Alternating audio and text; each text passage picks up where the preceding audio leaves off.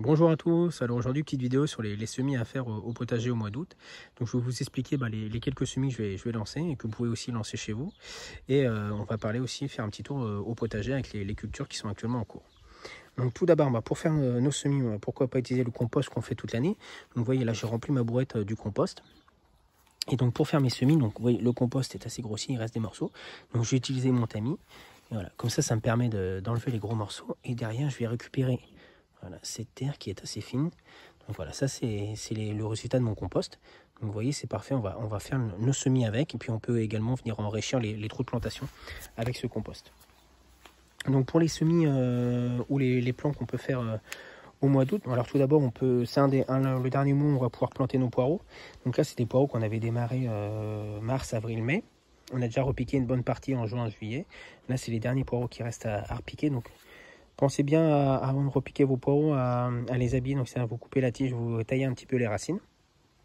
J'avais fait une petite vidéo spécifiquement là-dessus, si vous voulez aller regarder, si ça vous intéresse. Donc voilà, on peut faire les poireaux au mois d'août. On a également lancé quelques semis. Donc là, c'est des semis que j'ai fait il y a fin juillet. Donc là, on va retrouver du fenouil. On a également les choux pak choi. Donc, je ne sais pas si vous connaissez, c'est les petits choux chinois. Donc c'est vraiment excellent à faire. Donc, voilà, vous pouvez lancer donc fenouil, chou pak choi. Vous pouvez également planter en pleine terre, vous allez pouvoir planter des navets. Donc là on va retrouver dans le carré là, les cultures sont en cours. Donc on a des laitues, on peut semer aussi encore des laitues. Donc là c'est les choux pak choi qui ont été récemment repiqués. Voilà.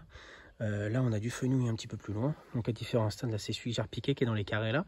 Et là c'est les semis c'est les plants de mon précédent semis. Donc vous voyez, ils sont déjà bien développés.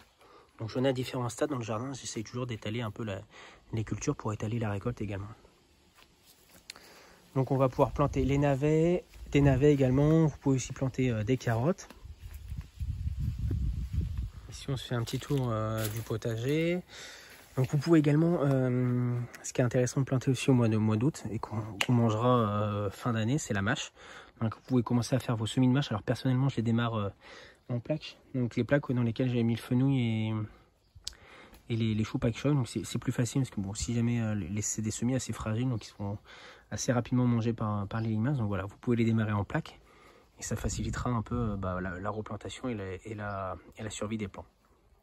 Vous pouvez aussi lancer là j'ai lancé des petits semis de basilic pourpre. Voilà, dans la serre comme ça. Après vous pouvez les mettre en extérieur si l'arrière-saison est belle. Si jamais il fait un peu plus froid, vous pouvez déterrer et remettre en pot votre basilic et les rentrer à l'intérieur dans votre maison. Ce qui vous permet d'étaler un peu votre récolte de basilic quasiment sur toute l'année. Donc voilà, dans la serre, ça pousse bien. Hein. Vous voyez, ici on a les tournesols. Bon, là on a les petits pinons d'Espelette. Donc vous voyez, il y en a pas mal. Il faut attendre que ça prenne des couleurs un peu. Bon, les tomates, on va retrouver différentes variétés. On a de la noire de Crimée.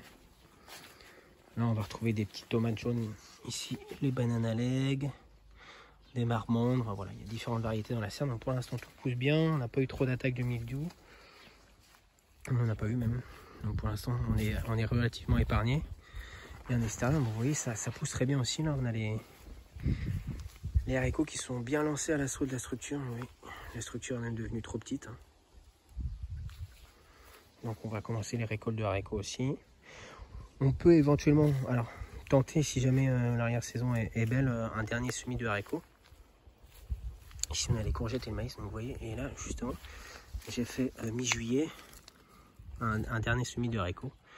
Donc voilà, c'est l'emplacement, c'est les buts où j'avais mes échalotes juste avant.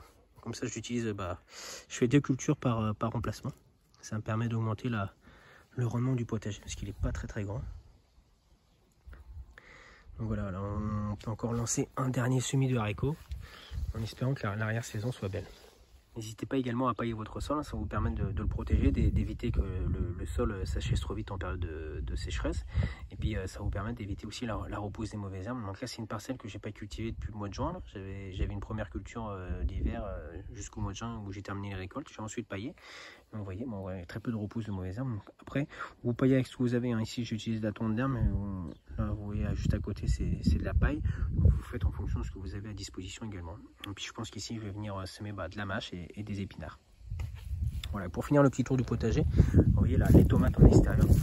Vous voyez, même en Bretagne, bah, on peut avoir des tomates en extérieur, hein, ça fonctionne. Ça commence même à rougir. Bon, alors cette année, on a un petit peu de retard parce que bon, la météo n'est pas trop au rendez-vous.